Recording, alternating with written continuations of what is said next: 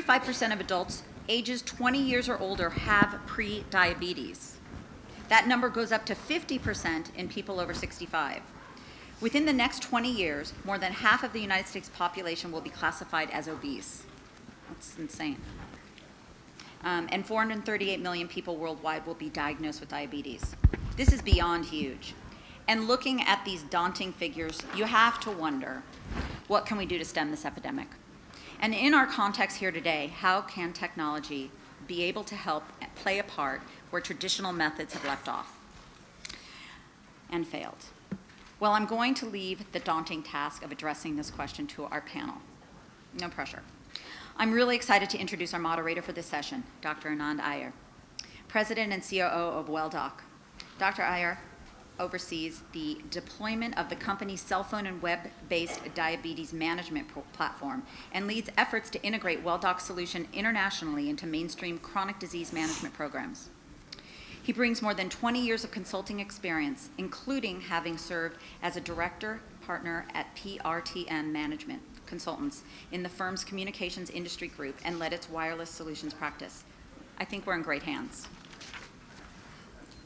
It's yours. Thank you, Jill. Welcome. We have that dubious task of keeping you all awake after whatever you ate for lunch. We'll ask everybody to count their calories. Timing of this presentation couldn't be better.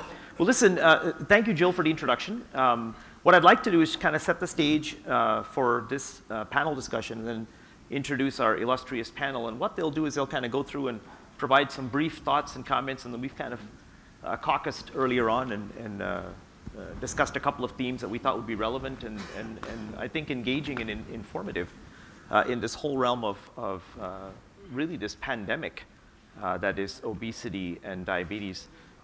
It's interesting, I always say by way of background, I'm a wireless guy, but in 2002, I myself developed type 2 diabetes for all the reasons and genetics and family history. And so I joke that the two things that define my blood, one is good, which is wireless in my blood, and one is bad, which is too much sugar in my blood. But here we are at WellDoc. Jill actually started brilliantly with the statistics, and I'm going to put out a couple of more statistics for you. When you think about it today, the International Diabetes Foundation says there's 366 million people worldwide with this disease. We know that it's a leading cause of kidney failure, amputations, new diagnoses of blindness, and of course heart disease, both when you think about micro and macrovascular complications that diabetes causes, it's an ugly thing. When you think about the deaths, the World Health Organization predicts that they'll double between 2005 and 2030. Today, in the United States, we spend $218 billion on direct costs for diabetes. In fact, when you look at the indirect costs, 1 out of every 5 of our health dollars, so that's 2.1 trillion or 2.2 trillion, depending on who's counting, 1 out of every 5 of those dollars goes towards diabetes and its complication. It is a big, big problem. Our good friend Majid Ezati, who is a world-renowned epidemiologist, biostatistician at the Imperial College in London, says this is likely to be one of the defining features of global health in the coming decades. And there's simply the magnitude of the problem we're up against. And then there's the fact that unlike many other conditions, we really don't have good treatments for diabetes. One of the things that the panel is going to be discussing is why? And why is it this notion of what we're really trying to do is break down fundamental barriers of adoption and behavior to make these things adoptable by patients. So that's all diabetes. But then you flip the page and you say, what about obesity? Today, there's 1.46 billion overweight adults worldwide, and 502 million of them are considered to be obese. In the US, where more than 50% of the adult population is predicted to be obese by 2030, we have 1/5 of the obese population in the world today. When you think about the costs of obesity, staggering. They are estimated to account for, McKinsey did a wonderful study that concluded that between 0.7% and 2.8% of a country's total health expenditures are due to obesity. And Withrow and Alter at the World Health Organization say, when you look at people who were healthy versus people who are obese, the costs are about 30 to 40% higher for those who are obese. So it's a big problem. So then you ask, how do we possibly solve this? How do we stem this, not only increasing incidence, but the ramifications? But how do we do it with the limited capacity that we have in our healthcare system today? And so the challenges, when you look at it at a macro perspective, the challenges are, there's awareness, right? How do you improve awareness? And of course, how do you manage socioeconomic ability? There's kind of two dimensions in a classic 2x2.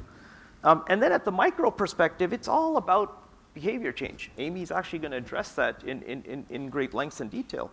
How do you not just initially engage patients to manage them, but how do you sustain the engagement over time?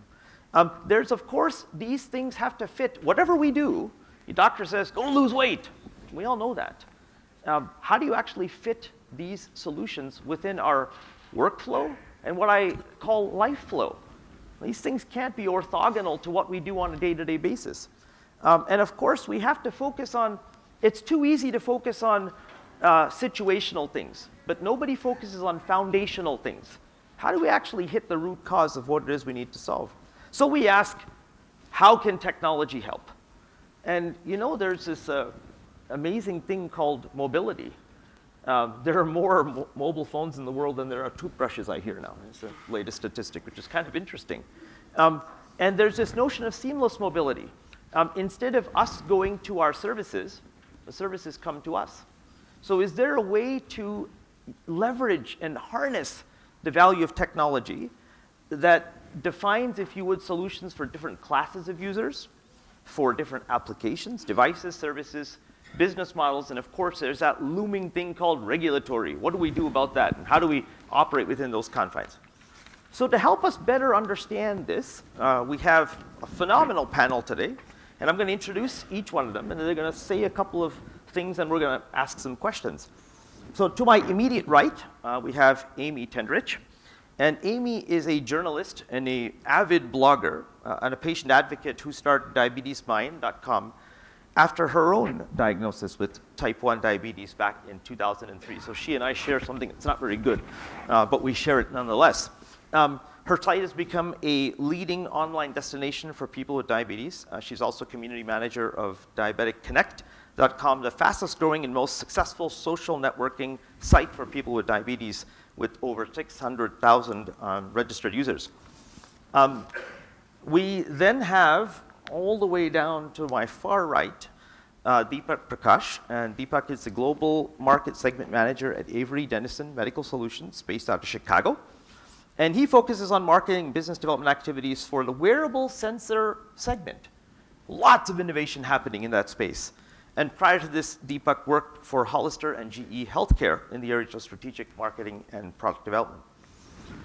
We then have, to Amy's right, Craig Lipset. And Craig is the head of clinical innovation within worldwide research and development at Pfizer. And Craig's team is defining Pfizer's vision for the future of clinical trials, enabling the initiatives and investments to create that future. Over 20 years of pharma and clinical research experience, academia.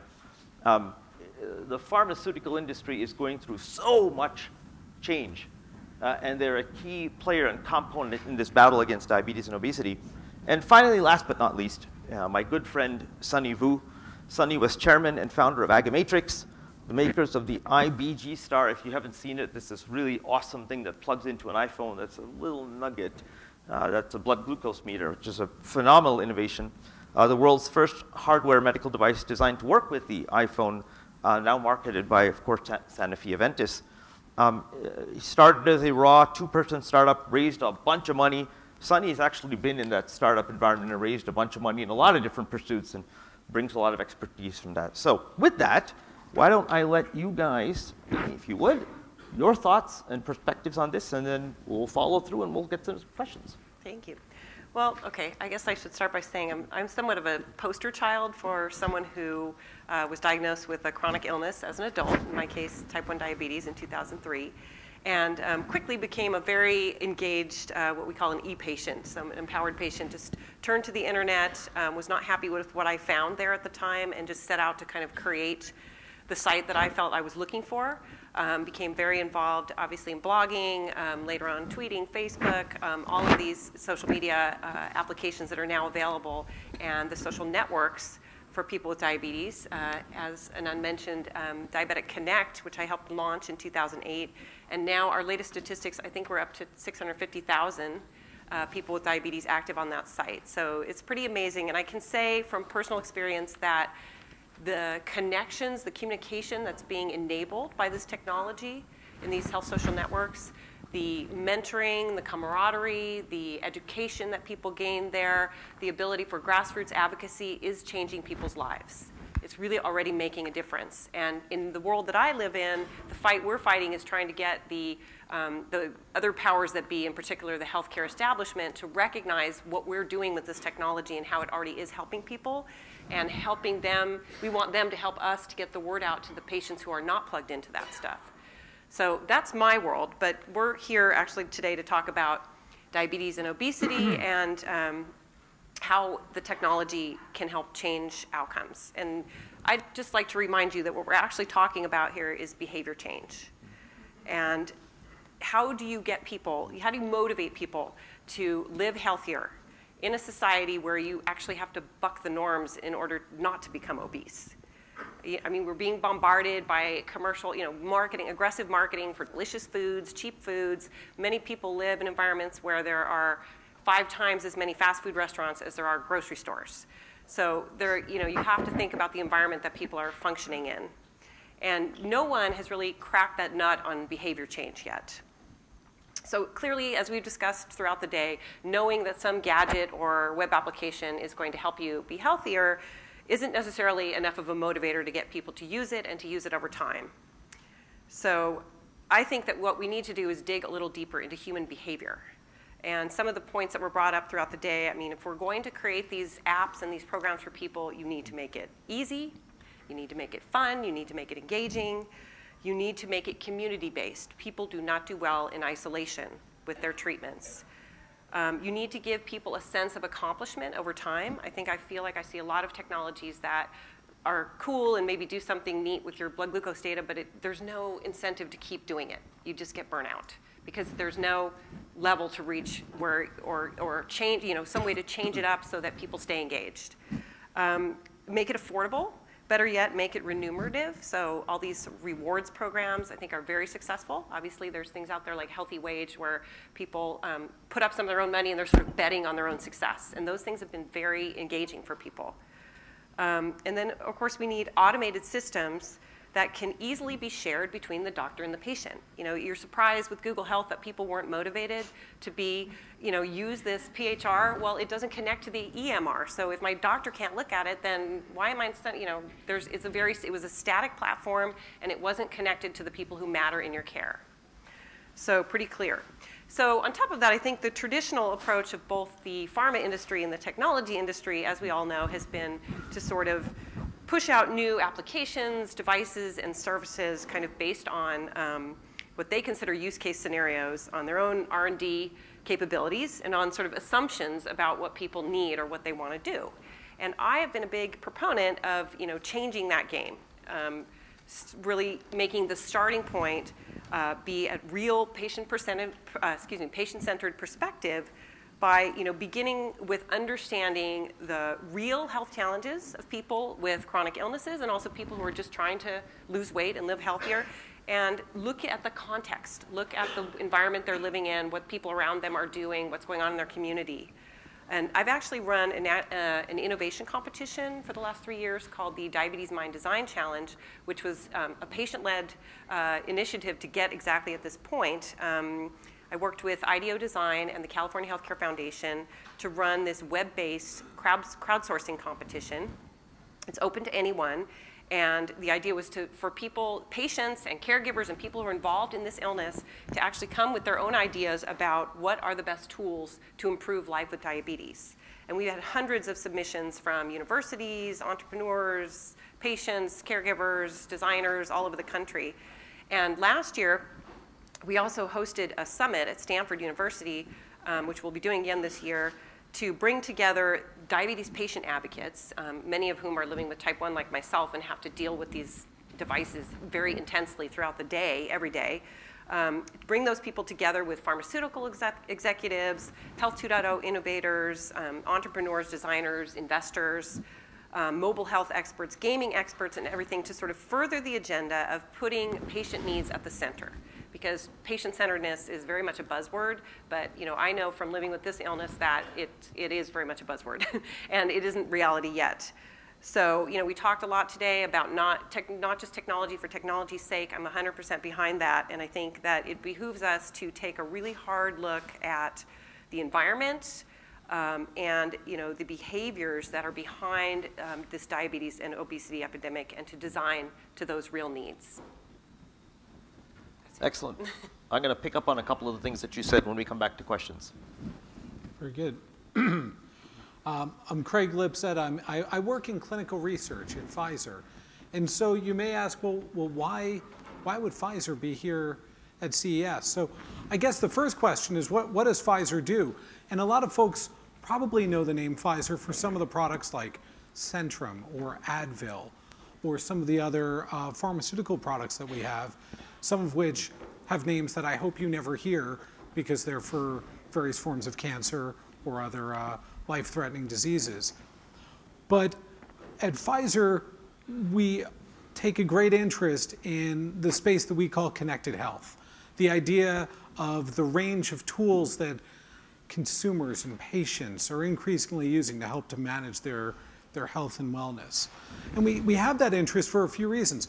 It complements the range of work that we do at Pfizer every day. So I work in clinical research, and there are huge opportunities for me to leverage and repurpose novel sensors in new ways to help answer some of my research questions as I'm better understanding the efficacy and safety of our medicines.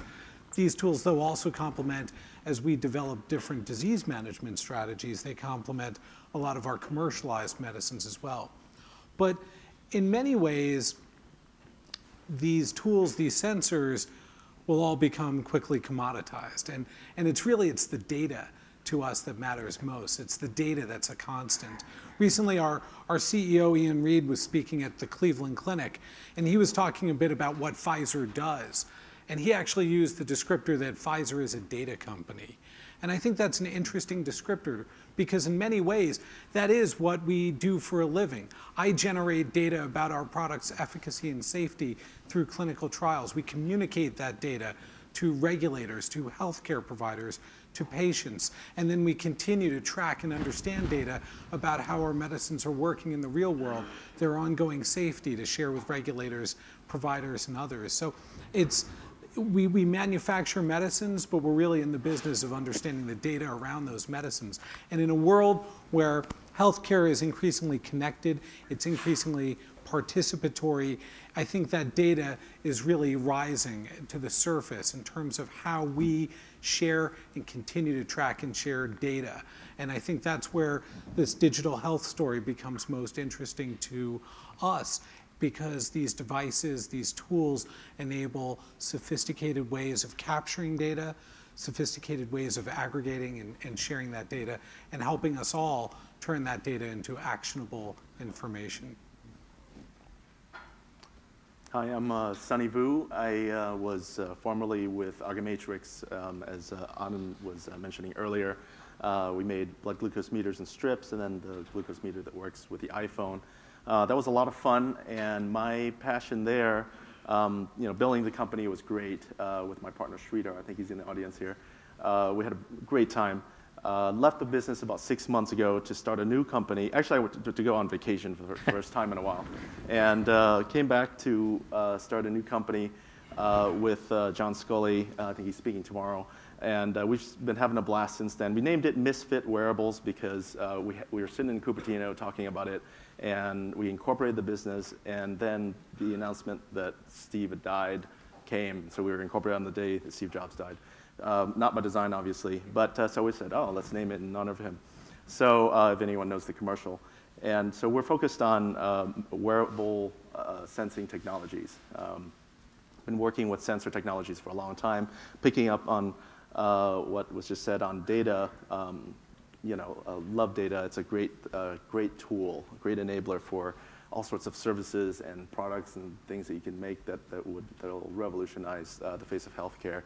Every time I hear the word sensors, though, I think, man, that's like saying vehicles. You've got space shuttles, you've got bicycles, and there's a wide range of these things. And if you're doing electrochemical sensors, they're still pretty hard to make and manufacture.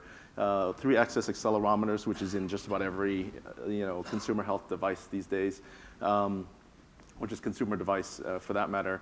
Those are completely commoditized, and you can buy them off the shelf. You can go to Radio Shack probably and buy them and put them into things. And so it's not an elusive notion. They're very clear. It's very clear what a sensor is.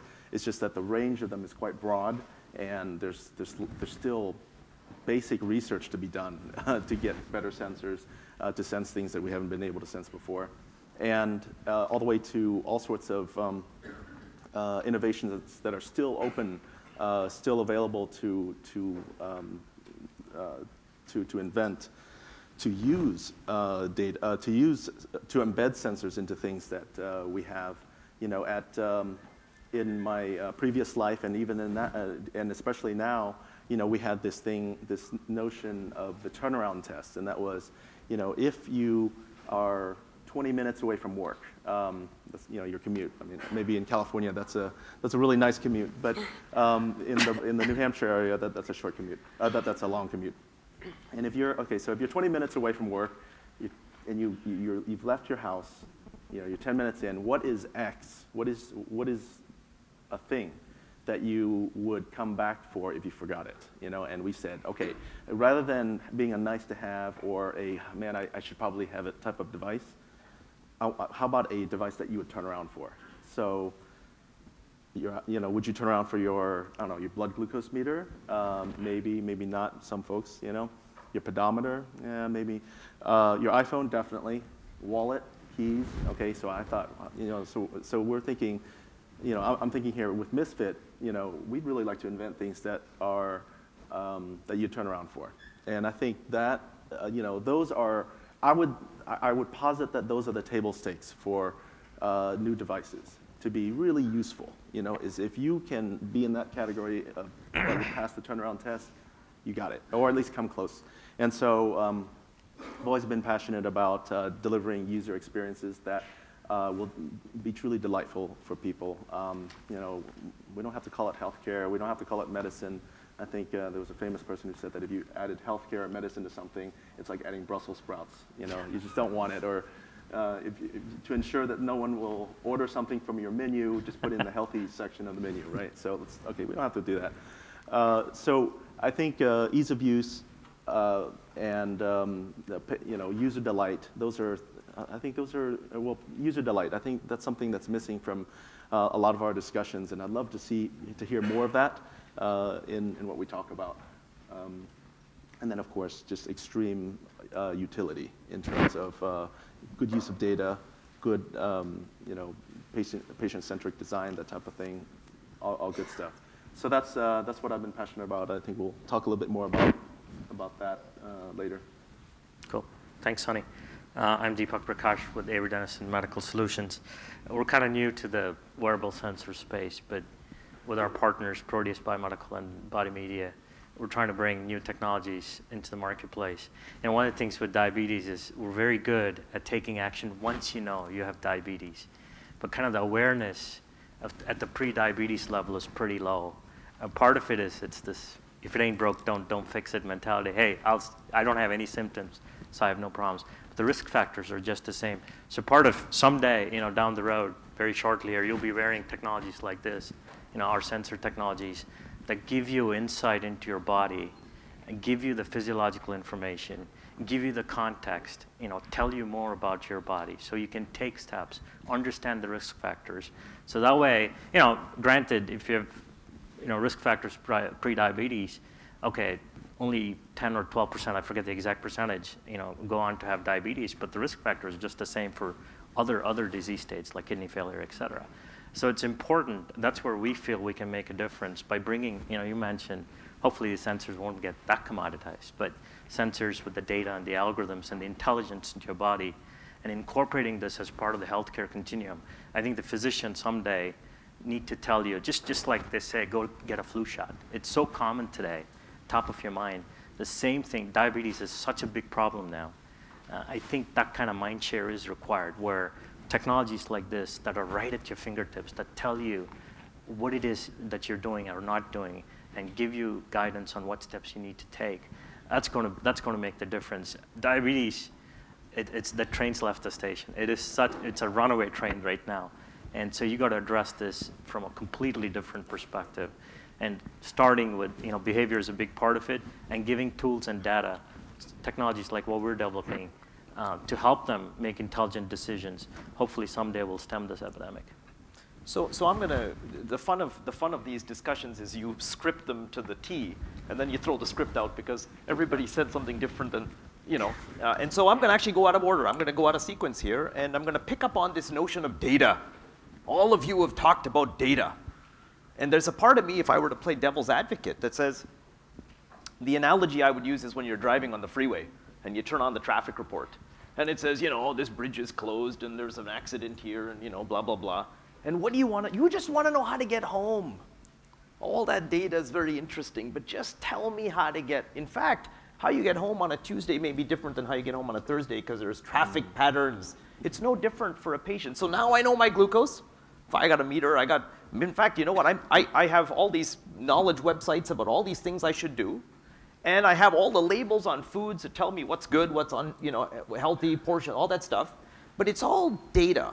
And so maybe the first question to Craig is, yes, we can collect data because we can. We can generate more data because we can. But what do we need to do with that data? What can technology do to convert that into action? So I think the first step in that process is to collect the right data that can demonstrate what this thing is. If it's a patch, if it's some other mobile app, whatever that tool is, show me the data up front that it's actually correlated with something meaningful, that it's correlated with a clinically relevant outcome. And that takes time and money, by the way, right? That takes the time to do a trial to show that your intervention affects A1C levels, or that your intervention affects percent body weight after X number of months with that intervention. Because short of that, it's just a good idea. And that's why, and that is why that doctor tells that patient, go get a flu shot, is because somebody generated the data behind it. And so I believe that as we collectively, and through some very clever institutions that have been developed over the last few years, help to collect that data that correlates with meaningfully relevant outcomes, that will be the first step in that process. I think from that point, we now have this ecosystem where, you're right, we're constantly collecting data. And so how do we turn that into meaningfully relevant information? I had myself genotyped recently through through all of the consumer genetic testing companies. So I've actually been genotyped like 4 times now. And some of the big actions that I got, some of the big takeaways were exercise more, watch what you eat, and don't smoke. Has anyone ever heard that before? I know this is very sophisticated. I don't want to talk over your heads because I'm talking about genetics. Has anyone ever heard that in terms of information or action before? Yeah, you probably have, right? We've heard this advice before. And I think we know the consequences, right? It's hard to talk about showing and representing data in a way that will modify behavior when the implications. Okay, so what are the implications if I don't take my diabetes medicine correctly? I may die. So I would suggest that preventing death is a pretty good motivator, right? And that all the badges and gamification in the world shouldn't, in theory, be any better a motivator for me than preventing my death. So challenge that, and I'm going to go to Amy here. Yeah. Amy is the behavior advocate, right? You're the patient advocate. I'm your reality check. You're the reality check. Okay. More data. You know, the reality is, Data's not as much as, so devil's advocate, as much as my doctor tells me, you got to do this because you're going to live longer. Sometimes that just doesn't work. People don't comprehend that. They don't act on it. So what do we need to do? What do we need to do to break down those barriers, and how can technology help to do that? Yeah, I mean, the whole pre-diabetes thing. Someone had to give the mom example. I'm going to give the mom example, okay? Here I am, type 1 diabetes, near death a few years ago, blah, blah, blah. I wear all these sensors. I wear an insulin pump. I've gone through all this stuff. My mom is told by her doctor that she has pre-diabetes. What did she do about it? That. The big zero. Because it's like, I don't have it. I don't have anything yet. I feel fine, Just not, the connection's not there. So I also think that, no amount of data is going to change that. Sometimes people have to have a life-altering experience in order to actually change their behavior. But just going back for a minute to how data can be more useful. A couple of years ago at the American Diabetes Association, which I always cover, all the vendors were on this kick about data visualization. So as you know, everybody thinks the holy grail for diabetics is being able to have these reams of records of your glucose data. Most people, honestly, most diabetes patients out there with type 2, or very many of them, don't even know what the single number on their unit means. So what are they going to do with reams of data, of single data points? It's useless. So these vendors got the idea that people need a more sophisticated way to visualize their data. So they were investing. Now you can graph and see how bad exactly. you're doing, right? Well, they spent tons of money making these extremely fancy ways for you to run different reports, like we're all some kind of engineers, as if we didn't have enough to deal with, right? And I actually went around and told every single vendor, this is useless. People need to know what to do with the data. Most people, again, don't get a good basic information about, I'm always shocked at people who have family members with diabetes who don't understand it, but if you ask the patients themselves, they really don't understand it. And a lot of people aren't given the basic information of what that number means, when to test, what to do with that data. So this last year, they've sort of finally changed around to starting to look for more, I forget the term they're using for it, but basically, trend analyzation and actually smart apps that are starting to not just present the data in all these fancy ways or push data at you, but actually alert the patient specifically to trends, to be able to say, to actually have the device itself notify you, look, you've been going high every afternoon, or you're running too low at night, or giving you actually predictive alerts and giving you some kind of interpretation of that data, and also suggestions about what to do about it. So I want to come back to this notion of personalization of that data. And Sonny, I'm going to come back to you in a second, but hold the thought. Deepak, if I think about our health system today, one of the things that I still can't understand is that nobody has any problem paying me $40,000 to cut off my foot after I've had all the complications. But the health system isn't geared for preventive care today. Nobody's going to pay you $10 a year to go and actually get a foot exam. The system just doesn't do that. So this concept of data and this concept of technology as it relates to, I was reading this great book by our good friend Fran Kaufman, who was a former chairman of the American Diabetes Association. She's a professor of pediatric and endocrinology at UCLA. She wrote this book called Diabesity. That's great. There it is, diabetes and obesity. It's diabesity. Can we take this data and can we use it more effectively, perhaps earlier in the care continuum? Are there things we should be doing earlier and not just focusing on this acute? So is there a role for technology to play earlier? Absolutely. And one of the things I wanted to add on to what Amy said, kind of behavior is driven by if you give information to people. I think you've seen with a lot of these mobile apps and et cetera, information is coming to the patient. So the more information and the more tools you give them, hopefully that'll be enough of an incentive, other than they're dying, enough of an incentive for them to make a change. True, I agree. The payer system is completely misaligned. It's on one side, so they need to be brought in much earlier. I think we can draw some lessons from other realms here. For example, of all these programs, tobacco cessation is considered, I guess, somewhat successful. But see, they're able to influence your employers to give you incentives, discounts on your premium if you participate in smoking programs, et cetera.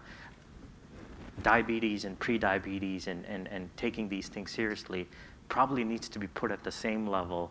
I'm sure a $25 discount on your healthcare premium probably won't cut it, but something bigger to enforce the seriousness of the issue. I agree. A payer, all this clinical data, user, patient, and then of course there's the payer here, kind of all alone, and they need to be brought in, and their incentives aligned properly as well. Definitely agree. You were going to, yeah, please. I wanted to mention, I know Fran quite well, and her husband actually launched a company that's one of the best examples, I think, of using technology to actually help people with obesity, combating, being overweight and also dealing with diabetes, and that's something called DPS Health. And what it is, it's a technology-enabled behavior change intervention for people with type 2 diabetes across the U.S. They've especially tested it in rural areas. And really why it's so powerful is because it brings together both a technology element, so a sensor that people wear. They use this accelerator that these heavy patients wear just to start to get a sense of their own activity levels. Sure. It's really just sort of like the equivalent of keeping a food log, but you don't have to write anything down. You wear this thing, and it tells you, it gives you a sense of, my gosh, I'm not really. If I took the stairs, that gives me 25% more action. But it's combined with a coaching program that is connected to educators and doctors. So it's like this full program where they're using online educational modules. They're interacting with providers and coaches. And they're also wearing an accelerator sensor where the data is then shared with, there's someone on the other end, a healthcare professional who has the incentive and the reimbursement to actually be spending time with that data and then teaching the patient. So that's, to me, one of the best examples of a program. But the problem is that fight to get the reimbursement for, to get a program like this implemented further across the country, because it is expensive.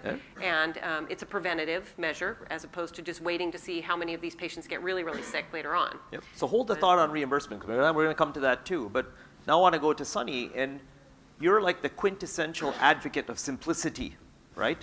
How do you, if I think about what you guys did with IBG Star, the iPhone, right, wrong, or indifferent, represented simplicity in people's lives. It represented a means of converging things that you would otherwise do perhaps with different devices, but it brought them temporally together so you could actually interact with this at one point in time. So question for you, Sonny, is there an inevitability of this mobile platform as being the convergence of these types of solutions that can help us manage not just diabetes and obesity, but other chronic conditions? And if that's the case, what are the things we need to do in the case of data presentation or in the case of sensor integration? What are the things we need to do to keep this thing simple and engaging? Well, maybe I can answer with an analogy, and it might be an extreme one, but if we were to teleport ourselves back maybe 3,000 years and someone said, do you believe paper will be the convergence of where healthcare will go, where people write down information and give it to people? Yes, this will be like paper. Okay, all right, well, so let's move on, because you've got your laptop, you've got your tablet, you've got your phones, and what else are you going to want? Another iPhone? Okay, so do you want more paper? No, okay, we've got paper. Let's work with it. So so mobile will be, these types of display devices will usher in a new era in healthcare management. Blah blah blah. Okay, so we all believe that. Where will it head? And I think it's two ways. Where will computing head? To the cloud. Lots of startups and big companies doing that now. And the other is to your body, to the very things that you wear, like a T-shirt. And so, but if I were to go back even earlier, we went with Deepak. We went earlier, and then I'm saying let's go even further back up the chain. And I want to address something that I keep hearing, and that is, while we're swimming in data, we don't know what to do with it. Data is useless. It's really information that we want. Actually, we want insights, not just information. Good. Okay, we all agree on that too. So I think these are all good table stake kind of axioms to go by. But what I would say is even earlier on, I think it's that I don't actually think we have enough data. I actually think the first mile problem is not solved. It is actually surprisingly more solved in diabetes, I think, than other disease states. Like, we have devices that you can actually implant on your body subcutaneously that will continuously measure stuff. That's amazing. Like we don't have that in other, you don't have implantable pedometers. And what's the key issue with pedometers? You don't wear them. They won't pass the turnaround test. If you forgot them at work and you're at work or halfway to work, you're not going to turn around for it. So, we would kill for a non-invasive monitor. It's not by choice. Yeah. So we're not there with diabetes yet. Okay. But it would be great. You're right. It's not by choice because it's not there yet. So what I'm saying is there's another set of problems: data analysis and insight generation, and decision support, like what WellDoc does, which is freaking awesome. That's great. A lot of great startups and innovation to be made there, and I think this is just this blue ocean of stuff that can just ambiently measure things and generate data so that you guys can analyze it and generate insights. And that's where I think one cluster of innovation will happen, and that's what I'm excited about, mainly because if people don't have to remember, that would be really great. And so just the one thing that I thought of was, what are things that we're trying to simplify? So what I'm talking about is data entry. Entering your glucose data or entering your activity information or what you ate, and that sucks. That's horrible. Data acquisition is just like socially unacceptable. Like, hang on a second, let me enter how many carbs I got here before I eat this steak. Okay, that's no good. Data interpretation and transformation of data into useful info, that's what you guys do, as well as decision support. That's like, I think you've basically proven that there's an industry to be had there, which is pretty amazing. Data transfer, you hear a lot of the usual rants at the EMR conferences about data transfer. Well, those are not technological issues, they're policy issues. And behavior modification, that's the last one, where you're doing motivation and mental hacks, basically, to help people to change what they do. Great things there. And if I were to just make a final comment on that last piece on behavior modification, I've just been brainstorming, like trying to understand, well, what do we have to do to get to really make behavior modification work? And well, I thought of primal instincts, 5, maybe 6. And I'll be a little provocative because it's just brainstorming, okay? So we're just sharing here. So I thought, okay, bribes, okay, money, that could work. So you hear about rewards, right? Okay. Games, you hear about the gamification thing. My personal view on gamification is I think we need to healthify games, not gamify health. Like, let's start with Fruit Ninja, my favorite game. Let's go to Shani O'Dale, who makes this incredibly ingenious game, who has, a zillion players. And then if you just have the Fruit Sensei say something insightful about diabetes, that, that's instantly gets to the, 8 million Fruit Ninja, diabetic Fruit Ninja players out there instantly. How long will it take your health game to get 8 million players? Forever. Third, so rewards, games, social pressure. So like, fear, shame, guilt, desire to boast. These are, they all sound negative, but I'm sure there are positive social pressures that you can leverage too. But yeah, social pressure in some ways. There are a bunch of startups there. Sex, I don't know how you can do that. I saw a posting recently that says diabetes needs porn. I would not advocate that, but I've heard that before. Maybe next week at the conference. Because I heard what happens in Vegas stays. So I heard the stat that the third biggest use of the internet was what was it? Searching for healthcare information. I didn't know it was searching for healthcare. And the fifth one, I would say, and I wouldn't know, but so the fifth I would say. Again, another one, again, in the spirit of brainstorming, gambling. Gambling mechanics is something that I haven't seen much, you're starting to see it in some games where you can win little things, and there's a little slot machine, like in Jetpack Joyride, great game. You can earn these little tokens to play a little slot machine. And then last, and definitely not least, I guess the sixth one, inspiration. If there's a way to truly inspire people to generate intrinsic motivation for behavior modification, I would be all over that. So let me ask a structural question, because all of this sounds awesome. I mean, you're unleashing the full capability and potential of technology and connections and social networks, and it's for the mathematician in the crowd, it's the n times n minus 1 divided by 2, right? It's I got all these things going around now, right? It grows quadratically. It's amazing. Now you're sitting in the shoes of Pfizer, and you're in the pharma industry, and in many ways, you guys are creating part of the solution in terms of drugs, therapies, et cetera. But this is stretching your imagination in terms of what you guys are comfortable with doing as an industry with data. Now you're talking about, I want to share it with so-and-so on Facebook, and I want to, if that's what motivates me to manage my obesity or meals, have at it. How do you guys address that within the pharma industry? So let's take sort of the entry point of behavior modification in the pharmaceutical industry, and it's medication compliance, right? So many of us, at least in my industry, we know the numbers well, that within 6 months of taking an anti-cholesterol medicine like Lipitor, within 6 months, 50% of the patients are no longer compliant. And if you only took Lipitor for 6 months, you will clinically not receive any of the benefits that you could or should in taking the medicine. So multiply that times our entire portfolio, times our entire industry, the cost of the healthcare system, and so on.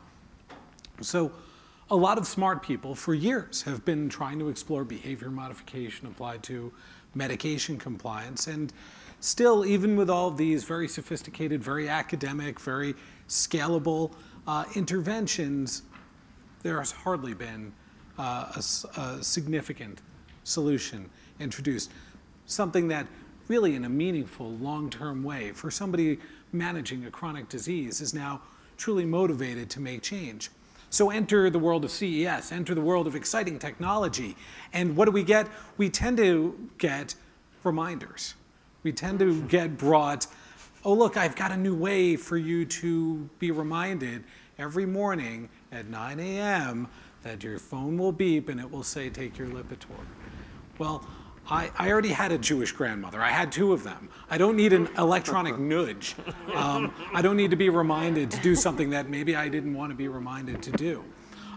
So to me, getting beyond that low-hanging area of reminding and getting into some of the more sophisticated and exciting opportunities that technology brings to us today, that social aspect, some of those other mechanics that we can bring in, because reminders aren't new, right? We've sent letters, we've done ways to remind patients before.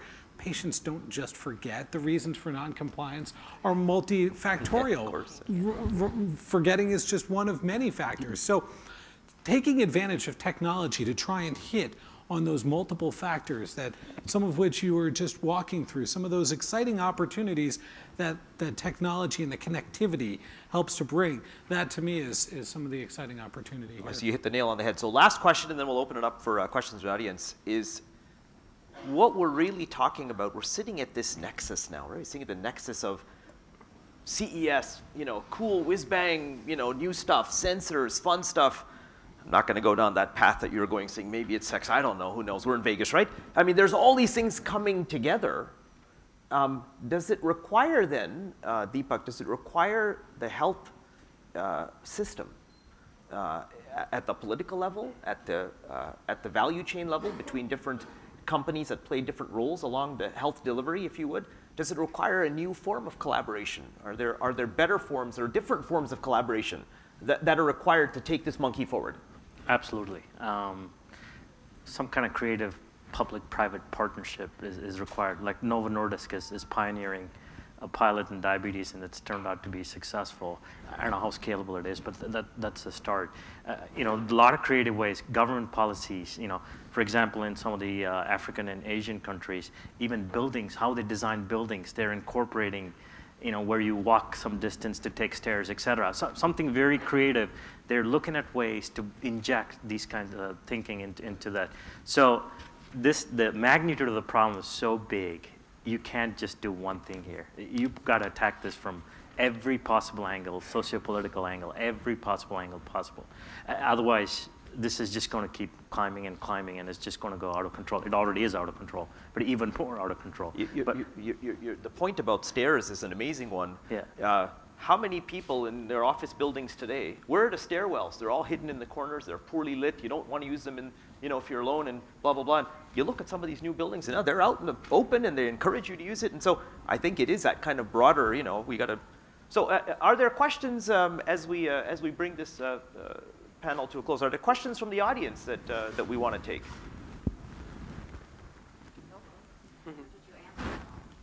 Did we answer them all? We couldn't have possibly answered them all. Perfect panel. We couldn't have answered them all. Nobody, sir? Hi, I'm Kerry Enright. Recently I saw a presentation of blue zones. And blue zones, there are 5 blue zones in the world. 4 of those are some of the most remotest places in the world from healthcare and digital health. And people live very long, very healthy lives to the very end. And some of the things, if you look at what makes people really, really healthy, they are social types of things. They are community things. The number one thing that makes people live long is religion, and number 2 is community. And here we're talking about devices and applications. Are we missing something? Do we have to take what we have, this whole array we're doing, and move it up a notch to grasp a whole new set of motivations that are beyond our discussion? Why don't you? I'm so glad you said that. That was definitely my point as well. I think this is a community-level problem. We did a post recently on my site about the growing epidemic of children and young people with type 2 diabetes, and we queried about 6 of the country's top experts, including Frank Hoffman, and not one of them said, we need a new app, we need some new technology, we need a data sensor. Nothing. You know what they all said? The one thing they all had in common was it has to be a family initiative. Mm-hmm. So it can't be the parents telling the kid, you have this health problem, you have to do blah, blah, blah. You have to eat like this. People model behavior. It's social environment. It's also the physical environment in terms of what foods are just in the house. Sure. And that was the number one thing that they said about childhood obesity is having it be a family issue and being aware of the community and that what's being offered in the school and elsewhere, but mainly modeling behavior and sharing foods, and also whether the parents are physically active, they can't simply turn and say, you need to do this. They have to do it too. And building off this comment of community, there's certainly community with the end users of this. So let's say it's a child with diabetes or an obese child, and their parents who have to manage what they eat. At the same time, it's a collaborative effort. It's interesting to see the likes of companies like Nestle and Pepsi, who are looking to the future saying, we want to be healthy food companies. And we want to participate with the schools and the school programs to make sure that snacks are healthy and things like that. And I think it's going to involve, it's to your point, you got to ratchet it up to a different level of ecosystem collaboration. Bob Goldberg, I wanted to follow up on something Sonny said about the primal factors motivating behavior. The most effective public health initiative in the last decade was launched by Andrew Wakefield, who claimed that vaccines cause autism. That one study, which of course was false, was spread throughout the media, throughout social media sites, and has caused epidemics of whooping cough and measles in some of the richest parts of the United States. So I guess the question I have is, and the other thing I should point out is that companies like Pfizer, if they want to say something about their product, they're regulated. Someone like Andrew Wakefield can say anything he wants about diabetes or vaccines. How can we use the tools that you're developing? Because on one hand, we're all focusing on, we're going to change outcome. But for most people who are healthy and may get sick, they're afraid of what they don't know. And we have to how do you figure out a way to help tamp out a lot of the fear that goes viral, which really does contribute to lack of compliance and real public health problems? So it sounds like you need to publish a paper that obesity causes autism. Well, refuted years later. Well, we had the same mother because she used to say, you know, if you run around and if you go in the water on a full stomach, you'll get cramps and die. So. But one of the things that did take Andrew Wakefield down was social pressure. Right. You know, once the blogosphere got word of the study, they just went into such level of detail that your traditional media is not incentivized to go into that level of detail. So I think this community pressure works. That's what completely debunked his study. So I think that level of thinking. So it's self-correcting in some exactly in some way, but it takes time for that self-correction. I know. Yeah. He did a lot of damage in those 10 years. You have to be ahead of the curve. Yeah. So I'm sorry we can't take your question. We are trying to run on time, and this is a really complex issue. Fantastic. Everyone. Thank you.